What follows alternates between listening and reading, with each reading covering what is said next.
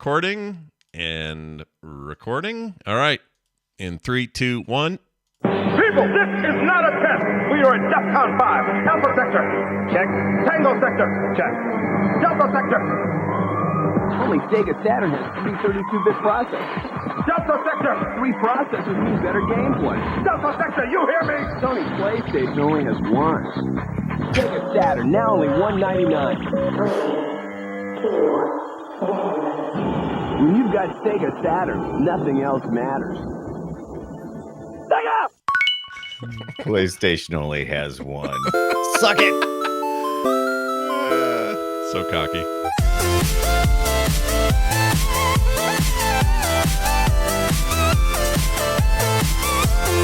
Hey everybody, welcome to Play Retro. This is Play Retro, and I'm one of your hosts, Scott Johnson.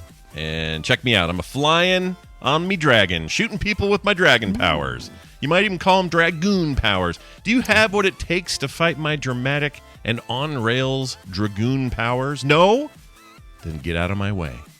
Berserk! And I'm your other host, Brian Dunaway, and this polygonal dragoon I have between my legs is an ancient beast that I befriended after his previous rider fell off. But my dragon ain't nobody sloppy seconds. Nope.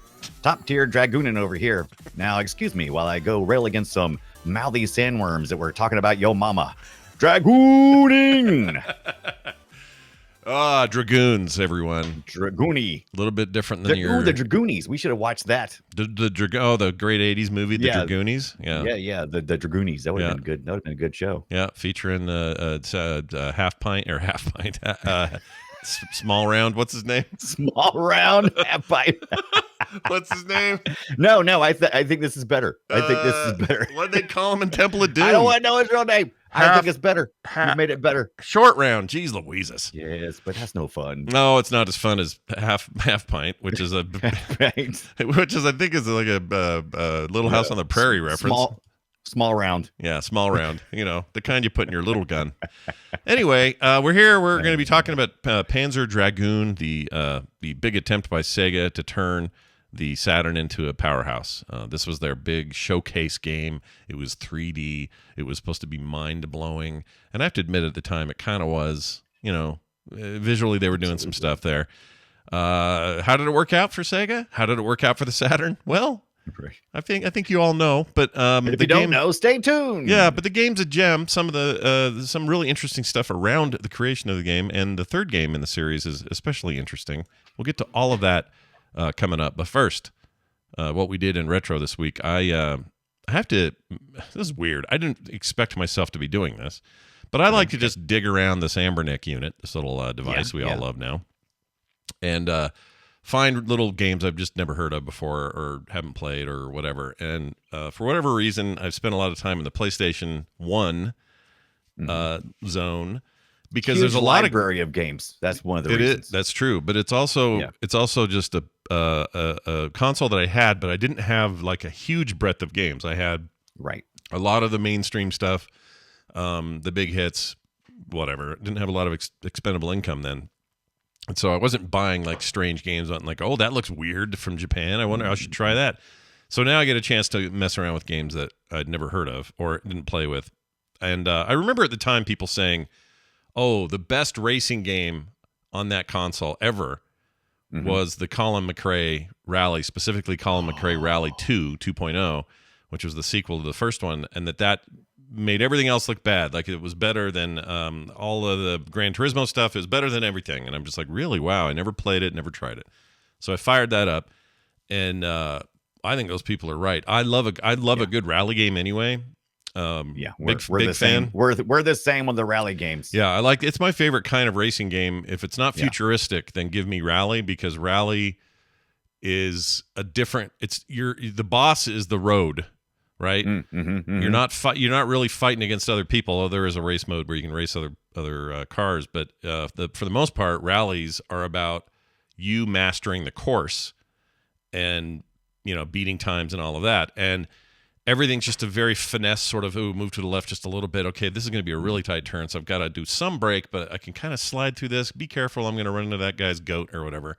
You got to just be Run into that guy's goat. You got to be careful, right? And I love the goat track. That's my favorite. And those guys, they went on to, they're the Dirt people, they Codemasters. They went on to do, Dirt 1 through 5, 5 being the most recent. And then there's the two Dirt Rally games, Dirt Rally 1 and 2, which are very hardcore rally games. Like they're not messing around. They don't even have music while you're driving in those games. It's just like, hey, we're playing a rally game, turn everything off. And don't hit anything or else this game's screwed. It's that kind of hardcore attempt to create that. And I love that stuff. So it turns out, I just want to make an announcement here. Do you know what holds up on the PlayStation 1 like really well? Colin McRae Rally 2.0, dude. That game's freaking great. It's good. It's amazing because I also played that this past week, just poking around on the Anbernic RG35XX that we all got now. Yeah. And I really liked it. I've forgotten how good the moment-to-moment gameplay of those games really are. Yeah.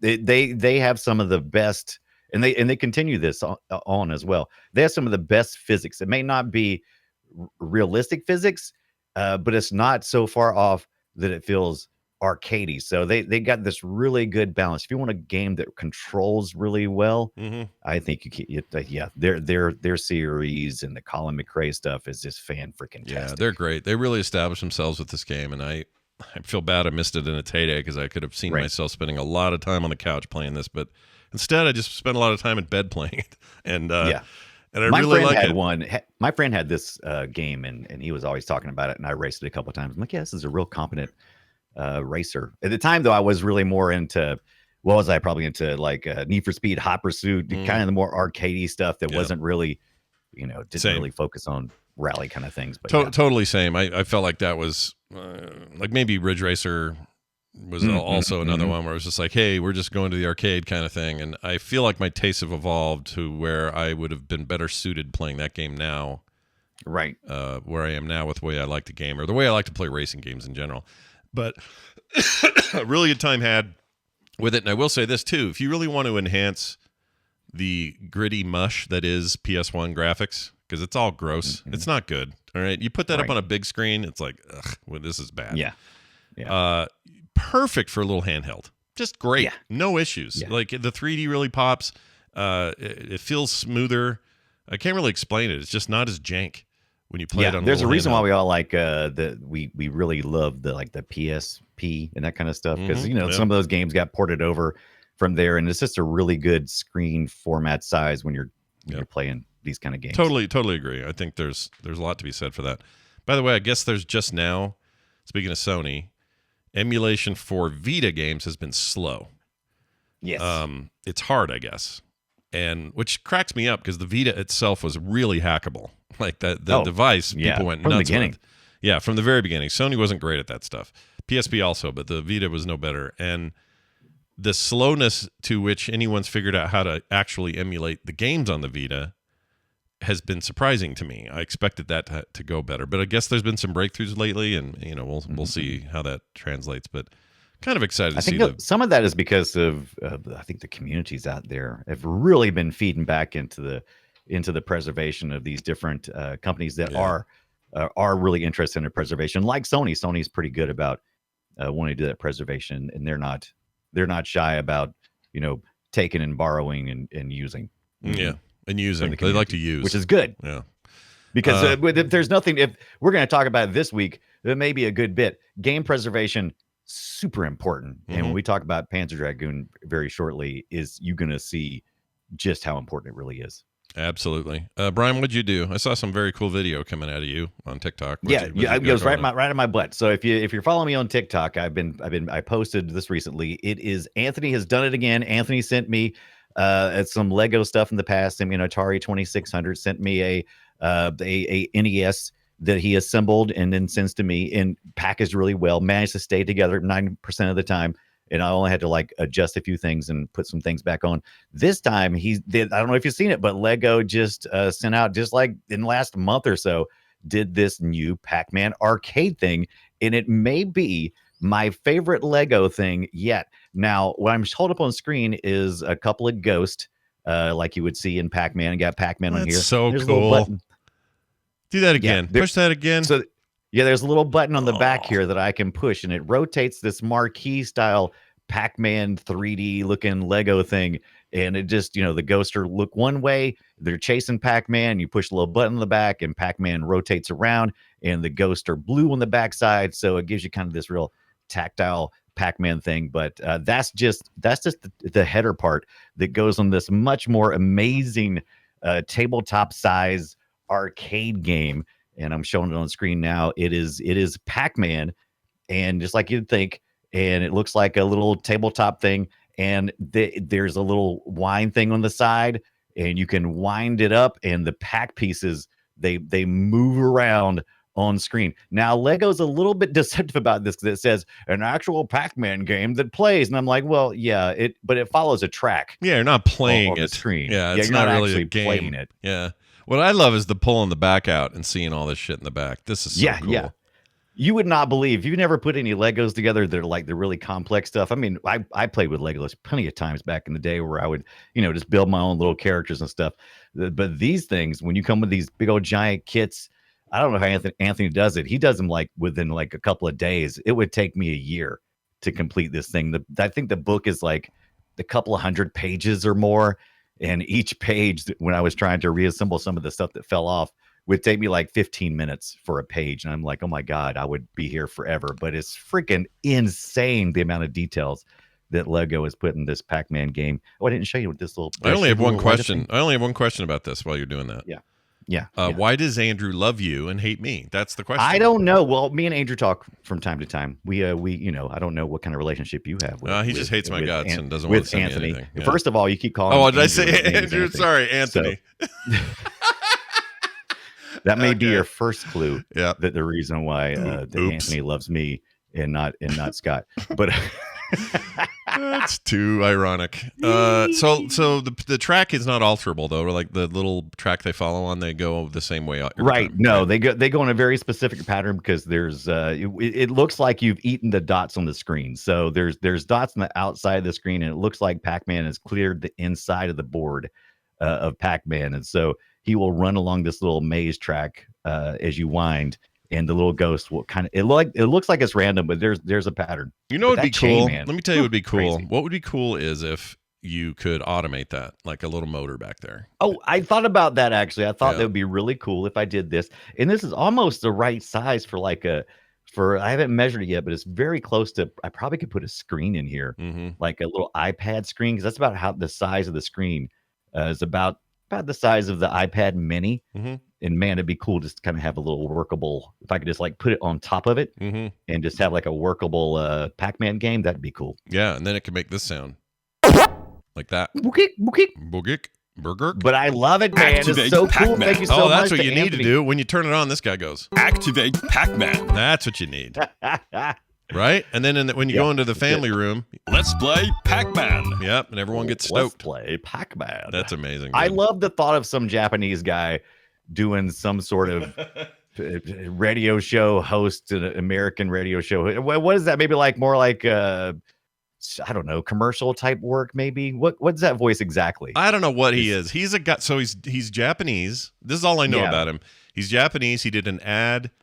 They did an ad that was meant for American audiences. This guy doesn't speak English natively, right? But he has it as a second language. And what they did is they hired him to do.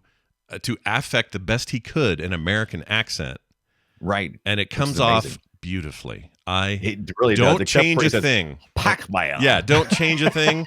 Never change. Call it that for the rest of your life. It's my favorite. One of my favorite things we've ever found on this show. I love it. It's so good. So good. Well, anyway, grats to you and Anthony. I don't know I don't know where I did you wrong. I don't know. I don't get it. I don't get it. Whatever, Andrew. Whatever, Andrew. Andrew Anthony. All right, we're gonna bore ahead here, and we're gonna talk about our main topic, which starts now. Shall we play a game? We sure shall. Let's talk about the Panzer Dragoon series. This is a game that came out on the Sega Saturn. It was meant to be their big showcase game at the time, although they kind of the Saturn tried to do this a couple of times, and we'll get into that, but. Anyway, it takes place in a post-apocalyptic world in which humans have begun to recover technologies from the ancient age, a world-spanning hyper-advanced civilization destroyed thousands of years before the game They started. destroyed each other. That's right. Yeah. And here's the deal. The ancients used genetic engineering to create living weapons, which were unleashed in a cataclysmic war that nearly destroyed every single freaking human. No. Yeah. The mutated descendants of these creatures have merged into wild ecosystems. And while they pose a continual threat to human civilization and serve as enemies encountered in the games. And your job is to mount a big-ass dragon, or dragoon. Right. Dragoon. And go fight shit. That's basically the game. And it was an on-rail shooter. To me, it felt like an answer to Nintendo's like Star Fox or something. They were definitely inspired by several properties that were already out there. Star Fox being one of them, and the on-rail shooting definitely an influence here. But Yukio Futsugi, I think maybe I'm close. Maybe wanted close. something. Yeah. Their team, who were brainstorming while they were waiting on their dev kits to arrive for the Sega Saturns, were interested in doing something like Star Fox, but they wanted to make it where you could look all the way around. Why not? You're rendering the 3D world anyway around it. Why not allow you to look all the way around? Yeah, you're still on rails, but you could do like it was like a cone, a wider cone. And and by the way, if you've played games since like Rez is amazing. Rez for the Dreamcast, and then there's versions now on everything. You can get it on PC even. I think Game Pass PlayStation's mid-tier plus program has it right now. But anyway, they're a fantastic game, and they're basically, I don't even know if there is a Rez without Panzer Dragoon. It's almost the same kind of control. You lock on to characters. You also fire independently. When you lock on, you just have to scan over the enemies and then let loose.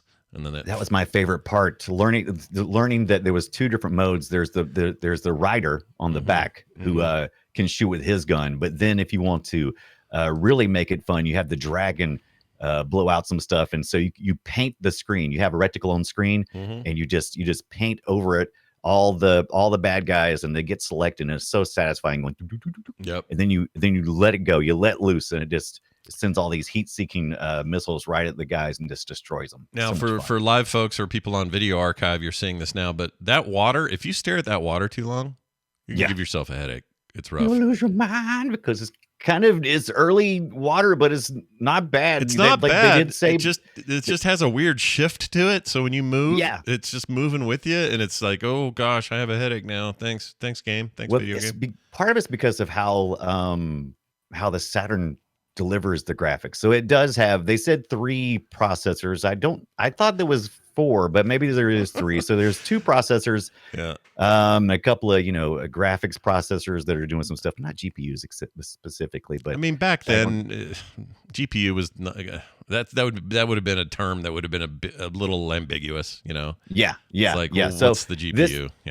So there's some of the CPUs. One of them is doing one thing and one is doing another, and this is the reason why this stupid system was so hard to program for too. By the way, it was had all these processors going on and processing data and putting it out in different ways. But this is a Team Sega jam, so the in-house Sega developers making this thing. Yep. So they had the inspiration, and they also had a lot on the line. They had to try to make this console sell, and especially in Japan, they had a lot of competition at the time. Sony's coming out with their PlayStation 1, and also pushing 3D in a way that the Saturn kind of got cut unaware. They were like, oh shit, 3D. I was shocked that the Atari Jaguar was actually one of the things that kind of helped destroy the Sega Saturn. I didn't know that until I watched a huge, it's like a 4 or 5 hour documentary that on YouTube. I think it's called from the I Finished a Game, I believe it's called. It's like I Finished a Game is the name of the YouTube channel. Oh, the channel, yeah. And it's like it was like a 4 or 5 hour documentary on the whole history of Panzer Dragoon and what happened to the Sega Saturn and how it was all intimately tied together, and how the announcement of the PlayStation kind of put so much pressure on Sega at the time that they started making a lot of missteps, and what they had originally planned just shifted completely. And that's the reason why we got like the 32X bullshit and the Sega CD and all this other stuff that went on. Great documentary. It's I Finished a Video Game is the name of the channel, and Go check that out. That looks great. They got a big Castlevania one that I've seen. I didn't know this was them. Oh yeah, huge. Complete history and review. These are long. 7 hours. Is that one? Yeah, 4 like hours? I said, the one I listened to was like 5 hours, and it was interesting just about the whole time. That's great. Here's some sound from Panzer Dragoon 1. I remember that like yesterday. Yeah. That weird voice. I remember that. And this music. The music. Oh my God. The music Yeah, is you know so what? good. I'm going to go ahead and go out on a limb here and say this is some of the best music of that era and would hold up today. Yeah. It's extremely good. Yeah. I don't know who the composer is. I meant to look that up. Yeah, I had it in my notes and now I don't see it. I don't see it either. If the original soundtrack is amazing, it's throughout the whole series. It's and really I'm stalling good for time and just not seeing it. But it is definitely one of the biggest parts of what makes this game fantastic and cinematic. It wouldn't surprise me if somebody turned around and said, "Hey, Scott, that's the same guy who did this Final Fantasy or this Chrono Trigger track or something like that," because it's that quality. It's just top-notch stuff. And so, yeah, the soundtrack was outsourced to Yoshita Azuma. Who scored the game with a mixture of orchestral and synthesizer tracks. Doesn't say much about him though. Yuzima. Hold on. Yeah. Did I say it right? Who knows? I don't know. But anyway, like Zima, though. If you got some time, the entire soundtrack's on YouTube, and it's a worthy playlist. Just go listen to that stuff. It's fantastic. I was playing it a bit before the show today, so some of our early Yoshitaka. How did I say it? I said it a while ago. Yoshitaka. Yoshitaka. I definitely am reading it now. Yeah. Azuma. There you go. Yeah, so you nailed it. You nailed it. The music guy. Yeah, he did a really good job. So this game's really good. I'll say playing it if you're looking for a retro on rails sort of, not Space Harrier, but like if you want to see the origins of Rez, which is really amazing, and some people think is like the first of its kind. I'm going to give credit to Panzer Dragoon for that vibe. Totally. It's also just got a real like ethereal, new kind of world. It didn't feel like every other video game's world. It felt like we were doing some new shit. And we were doing some new shit, baby. It deserves more credit than it got. It just is a bummer that, I do think if people think about that era and think about the Saturn, they do think about Panzer Dragoon. You can't help not to. Oddly enough, I knew zero going into Panzer Dragoon. I had heard you mention it a few times. I did not own a Sega Saturn, so I totally missed out on this entire thing. And I am so glad you introduced me to it because it changes nothing and everything all at the same time. I bought. I couldn't afford, and this is what we're going to talk about, the preservation as well while we're talking about this. This is why preservation is so important. Since the Sega Saturn did not do fantastic in the United States, they didn't publish a lot of these. And so in order to get an official Panzer Dragoon, you're going to spend about $1,000 for your Sega Saturn to get a U.S. release. Look at your little preview. That's awesome. Yeah, I get a Panzer Dragoon playable review, which was on eBay for about $10-15, so I could at least get a firsthand look on my actual real Sega Saturn. It's only got one episode. I think there's like 6 episodes. The game's not that long to begin with. It's only like an hour and a half to 5 hours if you want to be a completionist. And this only has one episode, so it's worth about maybe 15-20 minutes of my time. Totally worth the $10 or $15 that I paid to get a firsthand experience on real hardware. But it's if preservation, good Lord, if we don't preserve these kind of games and we lose these kind of games like the film industry did in their early years, it's going to be sad because this is a true piece of artwork. I agree. I totally agree. There's something I was going to say about that. What was it? I was going to say that game, and I can't think of it, so forget it. But I will. Remember. I did post Yoshitaka a picture in the Discord chat that we're having, and he's fantastic. He's talking on this old school corded phone for some reason on his fandom wiki page. That's great. But he was the composer for Panzer Dragoon, and they don't talk a lot about what else he did here, other than the Panzer Dragoon. But I think he was mostly working in film. And he hooked up with Team Andromeda, which was the in-house Sega team, which went on to be Smile Bit from most of those guys. This is great, though. This photo makes him seem like a badass. I love it. That is such a badass picture. He's got this nice little mustache going on. He's got his hair all kind of flopped into his face. Yeah. And he's holding this old school corded phone, but it's not like one of the rounded phones like you would have seen like on a dial type phone where you like rotary. That's what I'm thinking of, rotary. It looks like one of the later models when everything got all square. Yeah, and you have push buttons like those early push button square phones, and he's got like this big pop collar and everything. Yeah, he's awesome. Amazing. He's about to he's doing something's going down in that photo. Yeah. And man, you can just he just exudes badassery, and I love the music. Well, he makes great music. I can tell you that. All right, now this was 1995, as we mentioned. Let's swing over 1 year later. This is how quick things turned around in this era. 1 year later, we get Panzer Dragoon 2 Zwei. How is that spelled? I know it's a common thing used for actually a bunch of games have this. Z-W-E-I. I've never understood it. I don't know how to say it. Is it Zwei? I think it's pronounced Zwei. I'm sure we're going to get people telling us that we've totally butchered it. That's fine. You know what I just started doing? I just said bump it. Most people I talked to just called it Panzer Dragoon. Let's see what the internet says. How to pronounce Zwei. We're going to find that thing. Here it is. Here's some audio. Zwei. That's what I was thinking. Yeah. Okay. I thought I remembered it correctly. Maybe, let's see. This one's even more...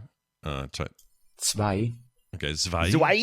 How about this one? See, that sounds more German to me. It does sound German. Zwei. Yeah. Maybe it is. But Panzer is also German. Zwei. This is true. That's a good point. Two. Oh, that means two. So that's Dragoon 2. That's the translation. Yeah, no, that's an actual translation. Get out of here. That is fan-freaking-tastic. And it is German, by the way. It's German origin. It is German. Okay, we learned a little something there, folks. There you go. We learned stuff. That's weird they called it Panzer Dragoon 2-2 then. Yeah, 2-2. So maybe they didn't call it that way originally, and then they was like, that's going to be confusing to the Americans. You better put a 2 in there, or they're not going to know what they're talking about. Now, if you were hoping for a bunch of dialogue, I got bad news for you. They didn't do that. They did this. It's a little more intense, a little more military, Yeah, different musician here. Yeah, different musician, different. It had a very different sound vibe. I own this game also because I love the first one, and I thought, well, this is cool, and this is still a pretty good game. The biggest problem I have with 2 is they really leaned into. Well, maybe this isn't a bad thing. They really leaned into the arcade bits and just kind of ignored the lore. It was just like, here's a shooter. We made a shooter again. And if you only have a year to make your sequel, I guess that makes sense. You're not really going to go crazy with new story stuff. But they actually they introduced a little bit of story here because this is a prequel. So it's supposed to have happened 30 years before. When you play, one of the most memorable parts of playing Panzer Dragoon from 1995 on the Sega Saturn is the introduction. It's kind of cryptic in the way it's delivered, but once you've watched it a couple of times, you realize, I'm just I'm nobody. I'm on a hunt. But I witnessed a great battle between 2 dragons and this dragon rider, and the dragon rider gets killed. And in his last move, he hands over a mental story to you so that you know what's going on and you know how to go forward in the story. And this second one is all about getting to that point. So this one ends where the first one takes off. Right. And so here we get to see we get to see something unique. We get to see the backstory of what happened to these dragons that are basically genetically modified creatures that are being programmed by a tower. And so it's modifying their DNA to become dragons and battle beasts, which is how they waged war in the First Age. And so in this one, you start as nobody, you watch your village to get destroyed, right? Typical adventuring stuff. You're rebelling against everything, and you see your village get destroyed, and you go on a mission. And we watch this creature you have slowly morph from walking on land, which is some of those on rail things we saw when we first started, to getting into the air. And, that is one thing that set it apart. You have this land bit in the early episodes that was not in the first game. First game, you're always flying. Graphically, it's an improvement, I would say. I think it's a prettier game than 2. I think so too. They really got their character design really nailed down at this point.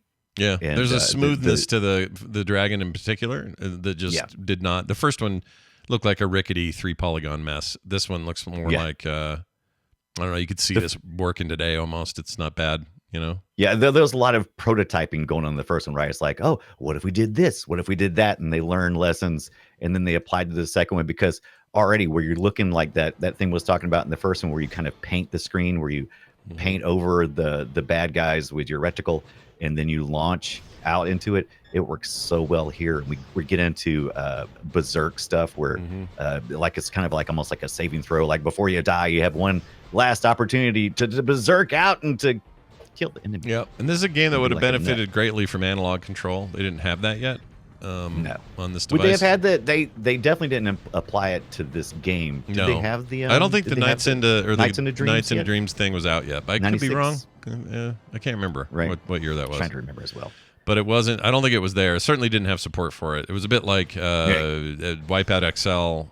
As much as that was an incredible racing game, for no one knows reasons why that thing never got analog support when the DualShock launched. And that they would have been crazy. The same year. Nights in the Dreams, the Sonic team, finally got their game out the door. Gotcha. They probably weren't talking. It would have been the same year. They probably weren't talking, those two. They definitely probably were not talking. And they were down the hall from each other, but nobody bothered to walk out and say, hey, what you got over there? You got some 3D controls? Yeah, what's that about? What's that huge black plate you're holding in your hand?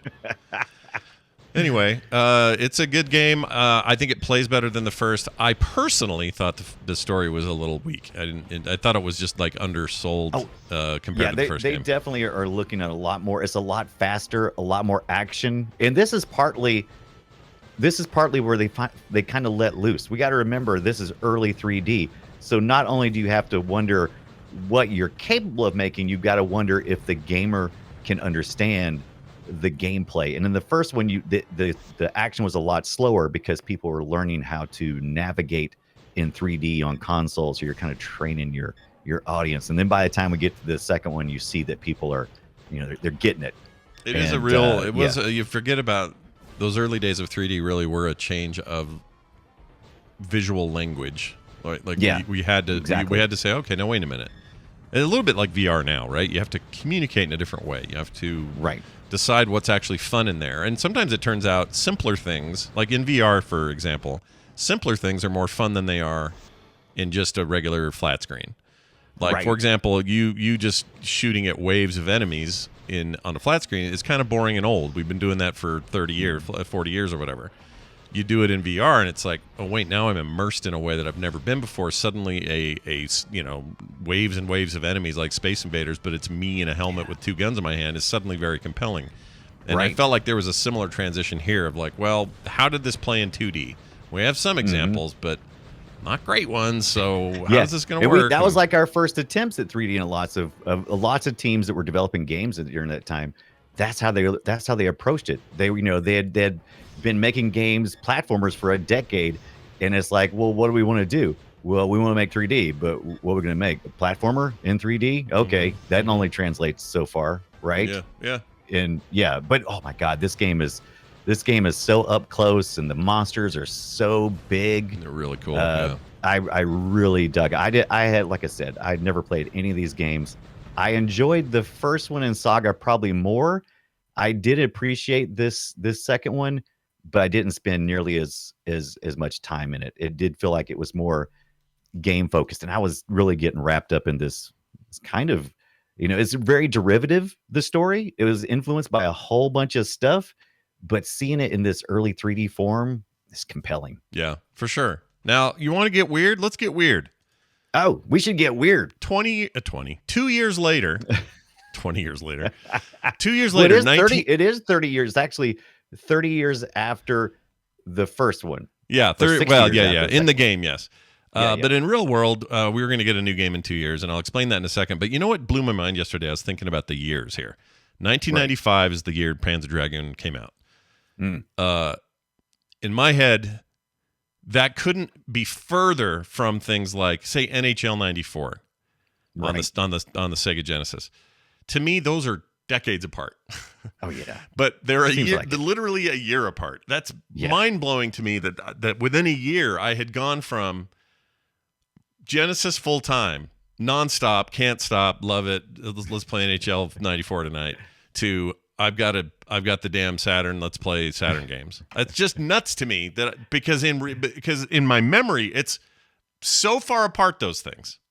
Right. But in reality, it was like probably 11 months between them, you know? Yeah. And it seems so odd, especially with the Sega releases, because we had the Genesis, and then they released the Model 2, and then they started releasing crazy intermediate things like the CD and the 32X, and it's just like something was like just constantly coming out so weird. Right. Yeah. So let's talk about this next one, because things got weird. All right. Things got very weird. Oh yeah, things are about to get. So if you like on-rail shooters, then you're really gonna not be too happy. You're gonna be bummed out. You're gonna be bummed. But if you're like me and you like people to branch out and try new things, then you might be stoked. Here's what they did next. It's called. Well, I'll play the audio first.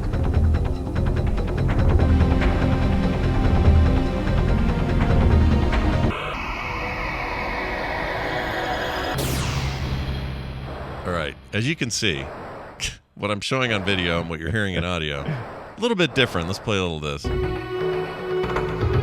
So, once again, we're hearing, some decent music and all of that. You might think, well, Scott, what's the difference? They made a turn-based Japanese JRPG game. What, a first-person JRPG? That's crazy. Yeah, it's literally like you even have random battles. You'll be flying through the air, and you'll suddenly go doodle-doodle-doo like you're used to in Final Fantasy VII or something. And you will now be fighting, 4 creatures, and those 4 creatures are flying around you, and you will take your turn, and you will use an ability or an attack or a heal or whatever, and then they'll take their turn. Like, really, quite literally think old Final Fantasy, but applied to Panzer Dragoon, the world and the story and whatever. Right. And I remember this being very jarring in 98 and not knowing what to do with myself. And I didn't get it. I didn't buy it because I was like, what are they doing? But today, I would be so into this concept. I'd be so into this. And I'm a little bummed that that I didn't take advantage of it back then. But they made a turn-based JRPG.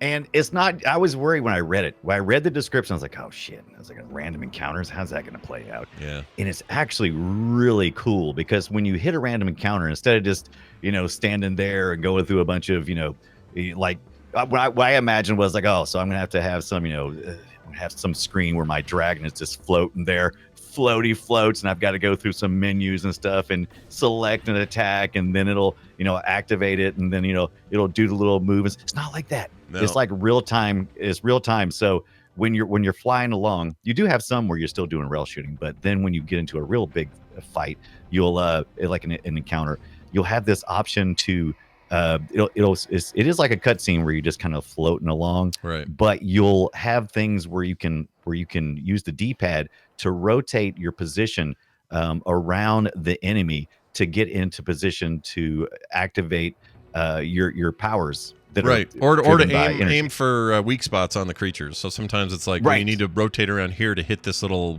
weak underbelly thing. Oh yeah, they're showing it right now. The timing on the systems work a little bit like Final Fantasy VI. I don't know when Final Fantasy added I forgot the name of their battle system, but it's like basically little timers, they're cooldowns. Right, and when the cooldown would come up, then you could choose your ability, and if you didn't hurry up, the creature might get too off before you made up your mind. This uses a system very similar to that. Right. But it really leaned into the 3D part, which was I wasn't sure how they was going to do it. And you do, if you're in front of the enemies, you become you're more susceptible to their attacks. If you go to the side, usually you'll have kind of a middle attack. But if you get behind them, and like you said, find the weak spots, and their weak spots can change too based on how long it takes you. They may reposition when you're trying to go through your menu system and trying to pick your attack. There's some shortcuts to do the attacks quickly, but it's all energy based. And if you have enough energy to do it, and if you're going to execute it, you got spells, you got heals for your character. You have all the stuff, but it feels a lot more organic. Mm-hmm. It doesn't feel like you're navigating through menus and stuff. You actually feel like it feels way less static than those games did at the time, for sure. Right.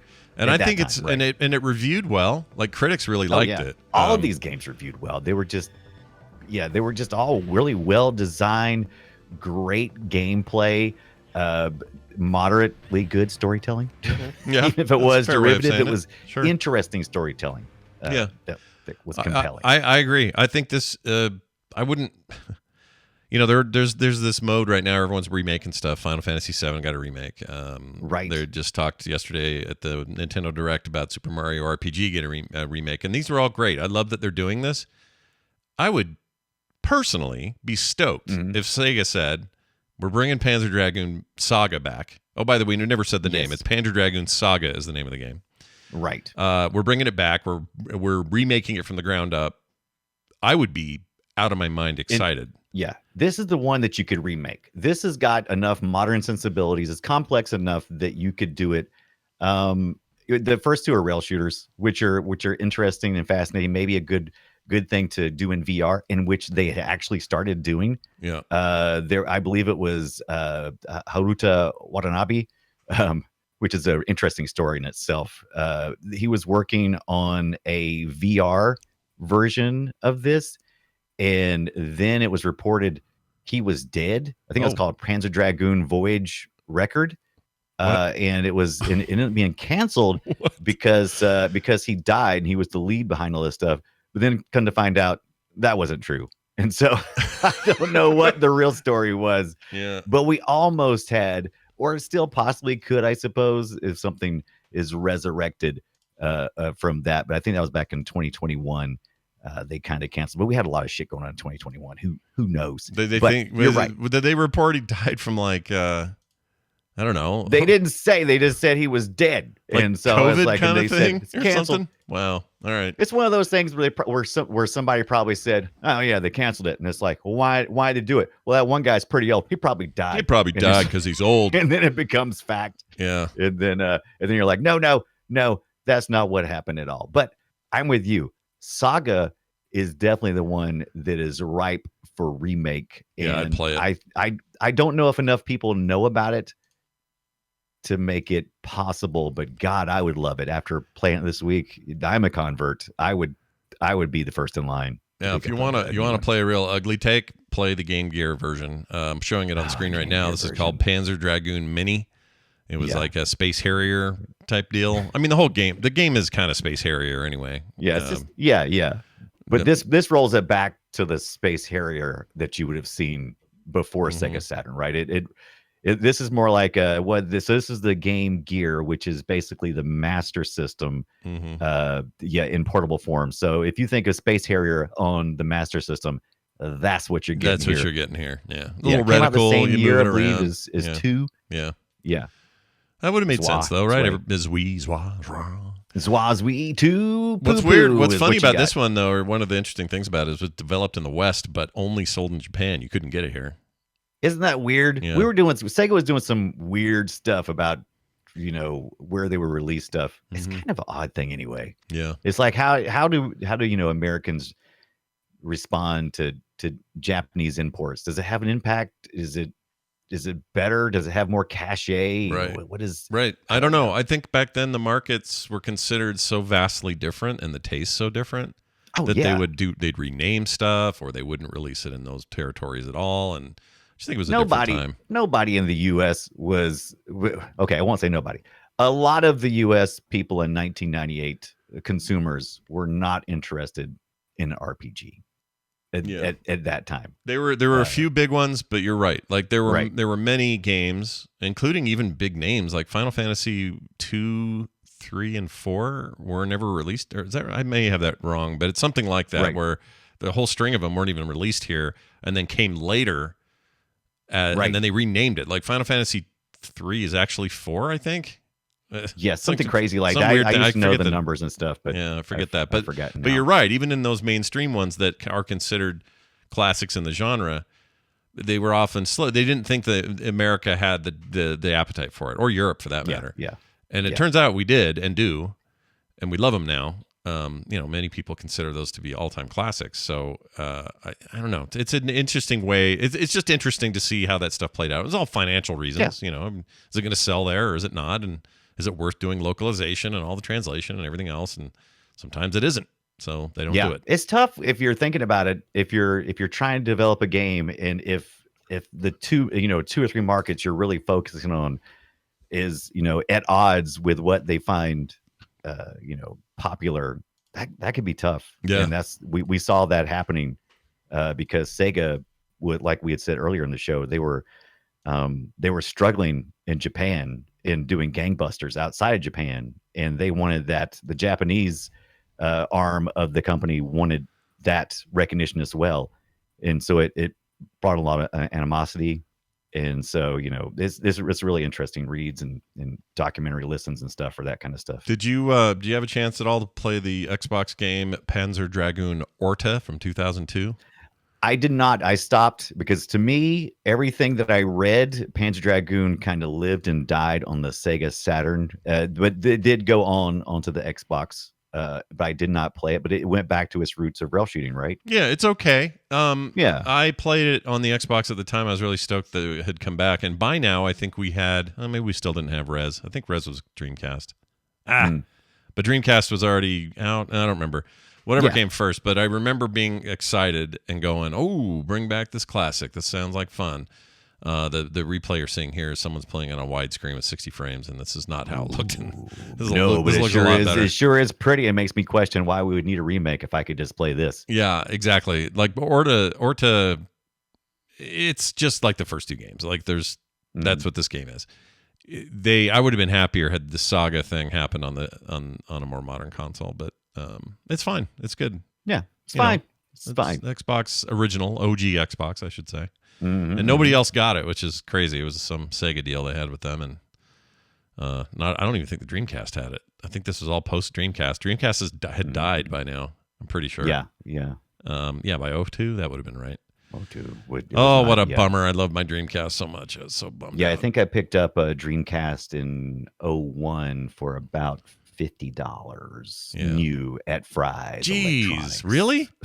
Yeah. I waited in line until I don't know 6 a.m. or whatever at Software Etc. for them to open and give me one for the full 200 or whatever it was. Yeah, for the full 2. No, I paid like 50, and I picked up I forget how many games. I picked up 4 controllers. Damn. I just like, you guys are giving this stuff away. Gimme. I would have done that had I known better, but I didn't. I thought this was Sega's moment. I really did. I thought, okay, all right, we're in a new vein here. We're going to make the Dreamcast be the big winner forever. Nope. Nope. Made me sad when Sega couldn't quite pull it together. And again, it was mostly because they had just internal bullshit, Yeah. It wasn't because the games were bad. It wasn't because the machine wasn't capable and the climate it was in. And they kept trying to beat people to market. It was weird. It was, like I said, I feel like everything was just not about financial dollars, because I even now looking back and reading, and like I mentioned before, I've been reading the Console Wars again, which is a great book or audiobook if you haven't heard it, talking all about that time period when Sega and Nintendo was really going at it, and then Sony stepped in and said, hold my beer, and it was just a wild time. And it just seemed like everything was like it was such a, we got to get it to market first, and I'm like, but I don't think that's gonna benefit you the way you think it is. I don't think getting to market holds you anything other than being first. I don't think you necessarily have to be first to be the most successful. And maybe they just didn't know that then. I totally agree. Maybe it just seemed like it. You know what? It's someone out there hates Apple, so they're not going to like to hear this, but this is what Apple does so well. They're rarely first, right? But when they enter into it, they're often best. So when you do, when you look at the MP3 player market at the time that iPod was released, there was a bunch of those, and they all turned out to be kind of shitty compared to the iPod. So it was like, that's how they'll do it. They did it with phones and smartphones. They weren't the first phone on the market that did fancy smart things, but they came out with like all arms swinging. So if you're a company, like I would argue Sony is a good example in the game space of this. They didn't have to be first to market with stuff. They just had to be in their time the best in market, right? And they've done really well with having the most complete vision is probably Apple's strongest point. Having this complete vision, setting up an entire ecosystem around this vision, and then executing. So they never half-ass it when they come in. No, when they come in, they're like ready to go. And they have they can afford to do that because of years of successfully doing that. Not everybody can. And I just think first to market sometimes is worst to market. If you do like, was it called OnLive? Remember that streaming service from I loved 2012? OnLive. It was the first time I realized that I liked watching other people play video games online. I thought that was amazing. And you that's part of the service. And you were streaming games. It's basically Game Pass xCloud, but the OG version of it. And now there's a million ways to do that, and none of them are on live. That thing's gone. Being first only gets you the I guess the respect maybe, or the notoriety, the attention possibly. It definitely doesn't get you anything else. And if anybody writes in and says, everyone's your Apple fanboys, I hate Apple just as much as I hate everybody else. I love Apple. I like their products. I like them. I'll admit it. I do. I really like them. They've helped me in all the stuff I do. But the point of it is, Brian and I hate waving flags with corporate logos on. We talked about this the pre-show today. It's stupid. Don't be culty about the products you buy. Who gives a shit? Just buy what you need. Buy what you want. Look, here's the deal that I know for sure. The iPhone wouldn't have been a huge success, and the Android ecosystem would not have been a huge success without BlackBerry being first with a whole bunch of things and then having their ass kicked. So once again, first is worst. It's just a bad place to be. In some ways, you innovate and you're like the big bomb, and then people shit all over you. That's why when everybody gets so excited about ChatGPT and OpenAI, I go, just be careful. If you're going to align yourself really closely with them, I'm a little worried they're first to worst, and everybody else will come and overtake them. MySpace.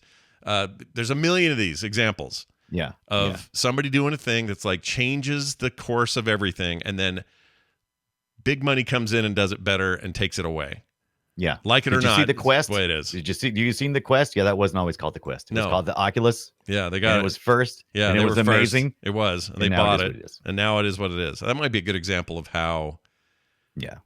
I mean, it's kind of the same problem though, right? They got bought out, but it's not different than getting killed, sort of. Even OpenAI is owned by a bunch of other biggies that are implementing it. Like if you think OpenAI is just independent, it's not. It's got a lot of Microsoft money, big Microsoft money, and they've implemented that into their own Bing search engines and their own chat and everything. Yeah. I usually say whenever I recommend anything, I always go for my use case. Yeah, and then I finish up, what I like and what I use it and how I use it. That may not fit into your use case. You may be totally different than me. You may use it totally different. Fair enough. Like these Ambernicks, I said my use case was I love the HDMI output, but you might like the Miu Mini Plus because it has the wireless. Yeah. Do it works for you. Quit being fanboys. Yeah. Just do it works for you. I'm doing fanboys. Yeah, dumb fanboys. All right, let's move on to something. Oh, real quick here. You put a note on here saying, what can I play right now that's like this? And you wrote Dragon Quest, and I take issue with that. This is nothing like Dragon Quest other than there's dragons in it, I suppose. Yeah, that's the reason why I put that in there. I actually did that as a placeholder. I was like, Dragon Quest. Dragon Quest. So the one I'm going to recommend is that Res. I can't remember the name of the new version that's like super high def and is on PlayStation Network. Right. But whatever that is, Res is the spiritual and king of this. It's the best of these like sweep enemies to mark them, launch a bunch of shit at them, do it through a crazy 3D world. It is still an amazing experience. And that thing is VR capable. At least PSVR 1 had it. I don't know if this is elsewhere now, but can't say enough good things about Res. I love Res. So go play that. So not Dragon? No, not Dragon Quest. It's really nothing like Saga, maybe because it's a turn-based RPG, but other than that, not really in the same ballpark. But I love that you used it. That's amazing. Yeah. Like I said, I think I was definitely in a hurry that day. I also think by the time Saga came out, I had moved on to my PlayStation and N64 life. Yeah, absolutely, because that was late. So benefit.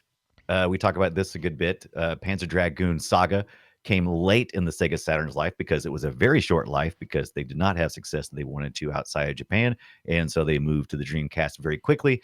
98 would have been very end of life. But they really had a really good understanding of the hardware by this point in time, which is good because the Sega Saturn architecture is kind of complicated, multiple CPUs and display processors that handle different parts of it and then hand off other parts of it. It's really interesting to see how it functions. And I tried playing this on my Mr. FPGA, which is an early core version of that. And it would not run. It wouldn't run? It would not run worth the trash. And I tried all kinds of different versions of it. And that's not a ding against the Mister or the core that is in really, really, really early access. It's just a testament to the complication of how complicated this game is. I had to fire up a regular PC to emulate a good bit of this, other than the parts that I played from that real playable preview. And like, this is why it's so important for this game preservation, because these games are outside the ability for the average person to purchase. And, Sega is not releasing this in some kind of new format. So we need these games to be preserved, or we're going to lose them. That's right. Get in there, preservation people. Make it happen. Make it happen. All right, we're going to move on from that and talk about this week's version of what we like to call Guess My Game. Destroy it. We're going to guess a little gameage here. Oh, by the way, I just noticed this, so I'm going to send a picture to you. Hold on. So some of you may notice Brian's camera angle changed today a little bit, and oh yeah, I'm in a different angle. That's my bad. It looks like you're talking to me. Yeah, look at that. Isn't that great? But when are you going to turn to the side so I can see you? I know, right? We'll see. Yeah, I did turn it. I turned my camera around further on purpose. And usually I am playing my game over here on this screen, but I just happen to pull my notes up and I turn towards my notes instead of facing you. So I'm going to pull my notes over this side. You do whatever you want. You're good. Feeling uncomfortable. No, I feel fine. Totally. He doesn't like talking to the side of my face. Totally comfortable. I only notice it. I only notice it when I check the stream. It's not even a thing. It's not a big deal at all. All right, let's get to this. We bring clips from old games and we try to guess what each other brought. I'm going to start, and I'm going to keep us in the same ballpark here. This is a Sega Saturn game from 1996. And I will say, of its genre, it was the best that console ever had in its genre. There's your hint, early hint. All right. Okay, while you're pulling that up, I'm going to frantically try to remember what the hell. You don't remember your game? For mine? No, let me see. You're going to have to guess your own game. History. I love when Brian has to guess his own game. That's always fun. Well, I usually can remember it from the time I do it that morning to the nighttime, but then we delayed. Oh, right. I know, it's a lot, dude. It's a lot. It's days ago. Yeah, that was days ago. Freaking Wednesday, for hell's sakes. Yeah, while you're thinking of that, do it. I know yours is give me the feed. Yours is PC 97, so I don't know if that helps you, but anyway, here it is. Oh shit, I almost gave it away. Here is the Saturn game from 1996 that Brian will now guess with even more hints I didn't intend to give him. All right, here it is. During the time of the pharaohs, the city of Karnak was a shining example of civilization that all other nations could only hope to emulate. Today, Karnak lives on, surrounded by the spirits of the past. All right. Any guesses? What year was far? this again? This was for Sega Saturn. Sega Saturn, 1996.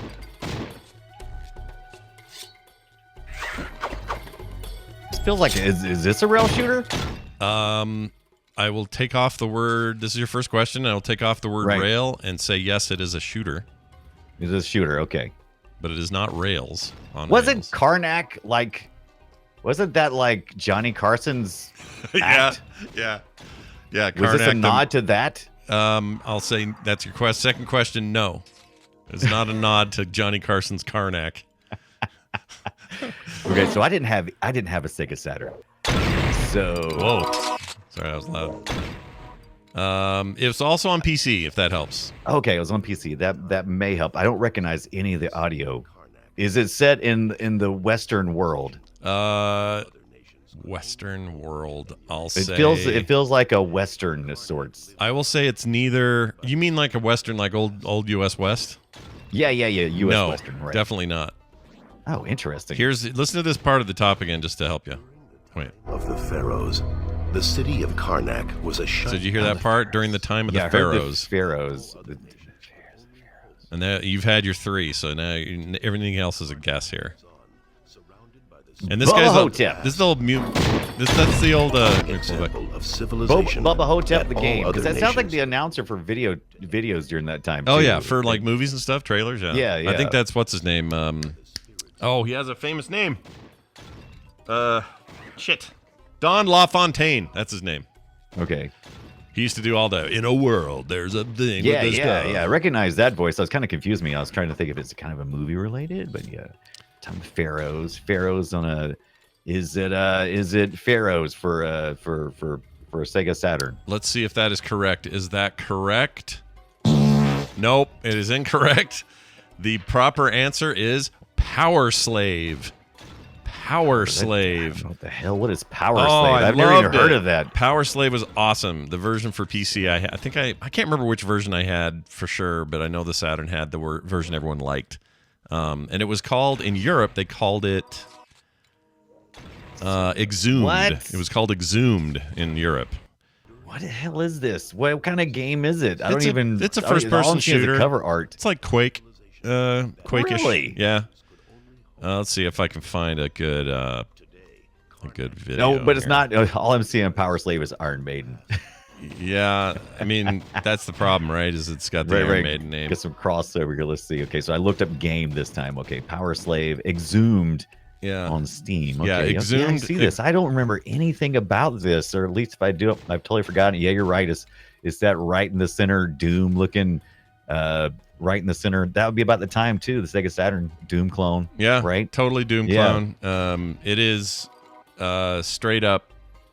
Not Doom, I'd say Quake. It's more Quake. Yes, yeah. Quake. Yeah, see Quake. Because it's now. 3D and it's I'm seeing more screenshots. You can now. look down and up, and yeah, it's a fun game, and it ran really well. That's the other thing is it was a for a console that was known for slow 3D. It was actually pretty great on there.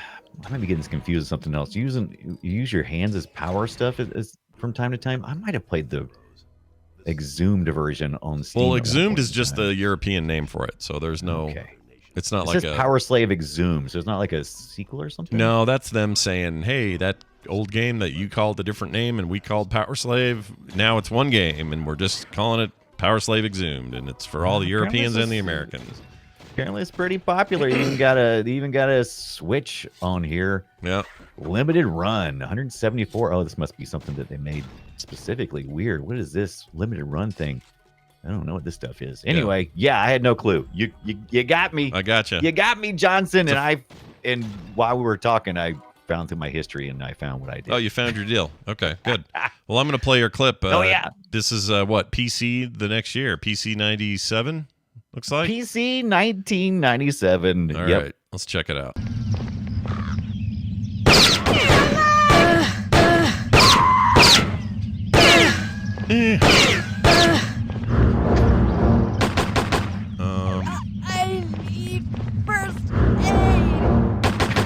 I need first aid. I need first aid. So you're walking.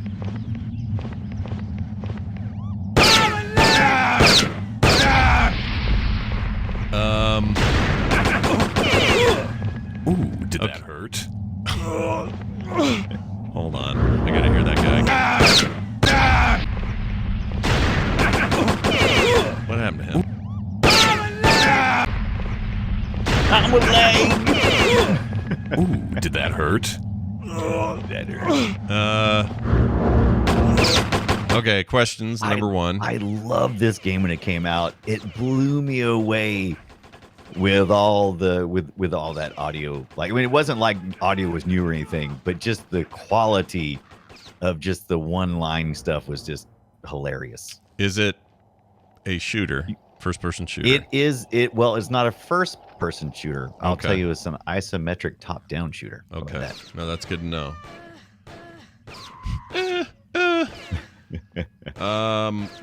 Was it isometric top-down PC? Boy. Aid. Is it Oh.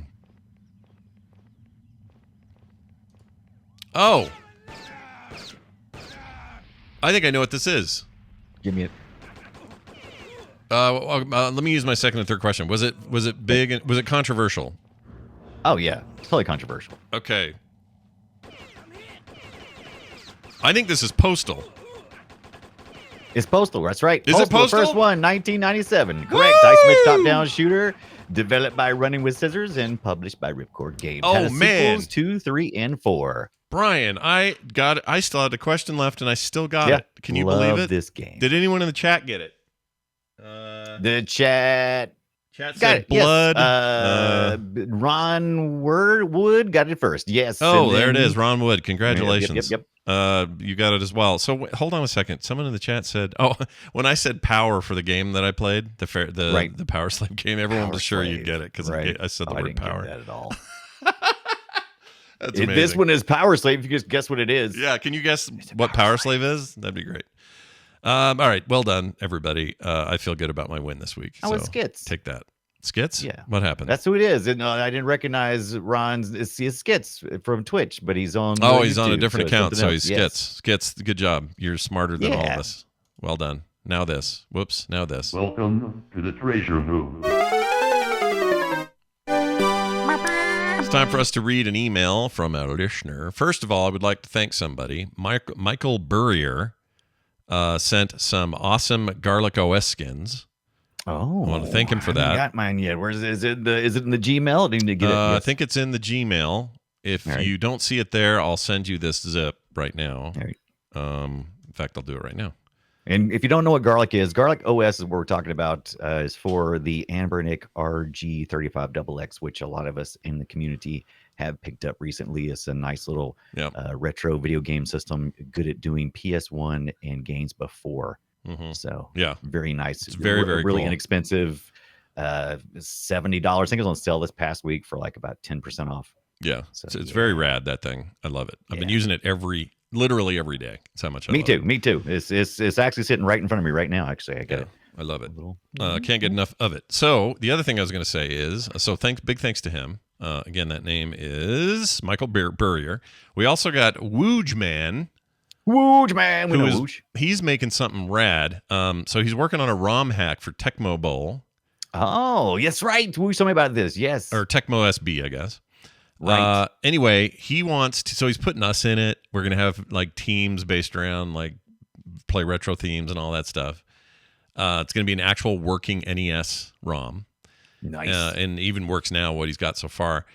He asked me, hey, what do you think about putting patrons in there as players in the game? Oh, like all the teams fill out the rosters with the names of people who are on our Patreon. And I said, that's a big bonus. Yes. 100% into that idea. I think that is awesome. So I guess what I'm saying is, and I promise this is not some cheap trick to get some of you to sign up, but if you sign up now, then you'll get included in this ROM hack. And you'll be a part. I do like Cheap Trick though.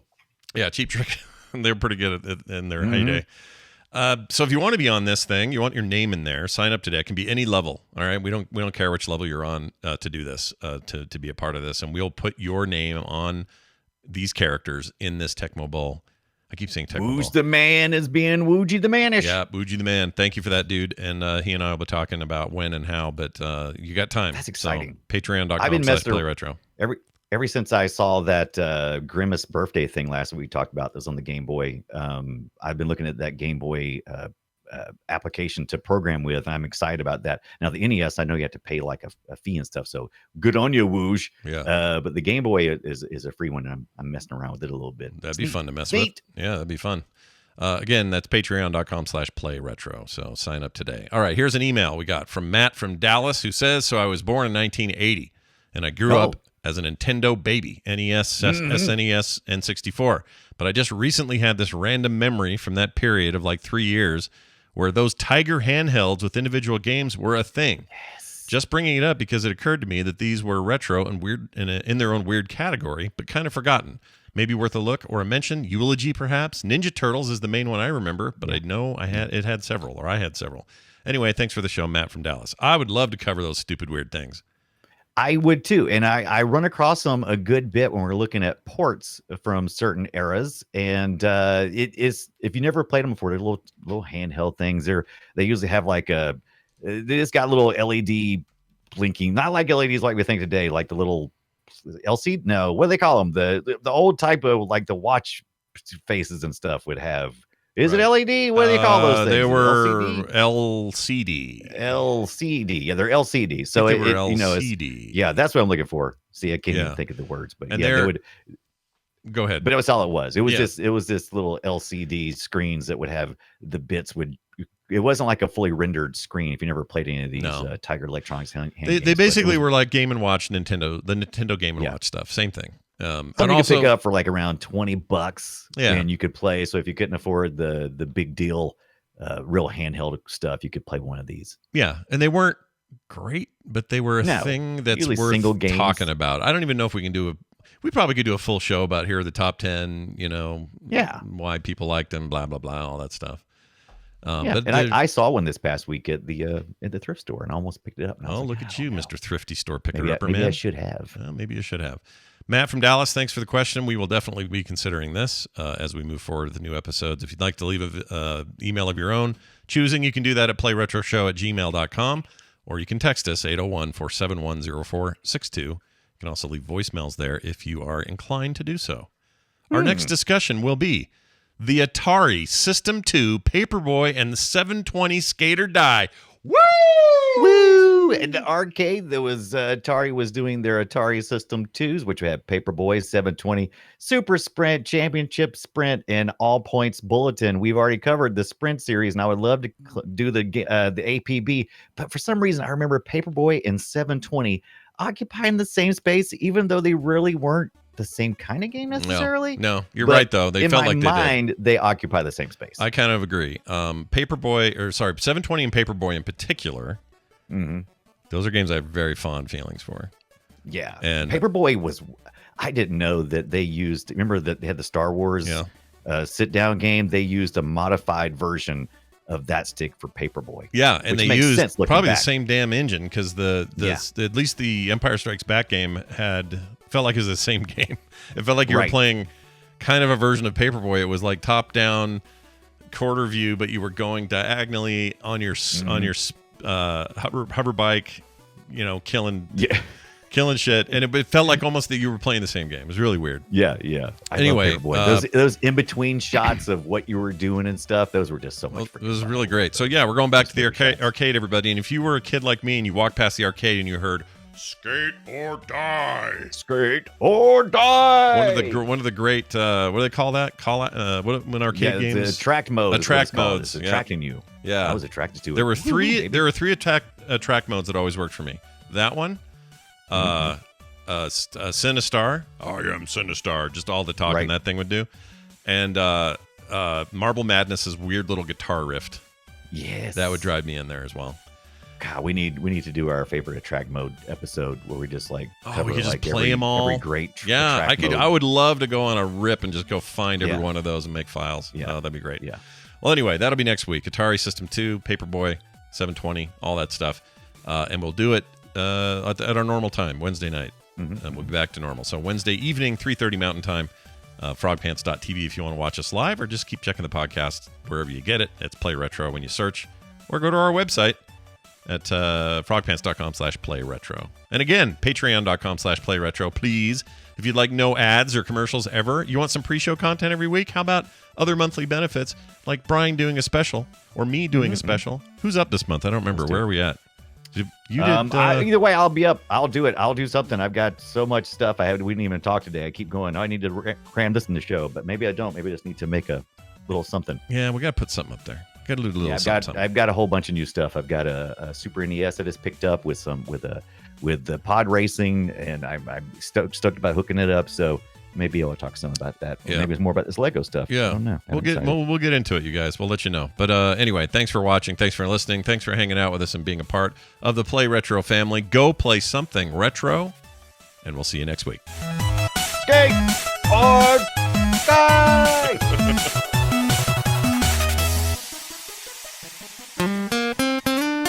Get more at frogpants.com. Sony PlayStation only has one. Yeah. Sony PlayStation. The one processor. That's all they have. That's great. Well done, everybody.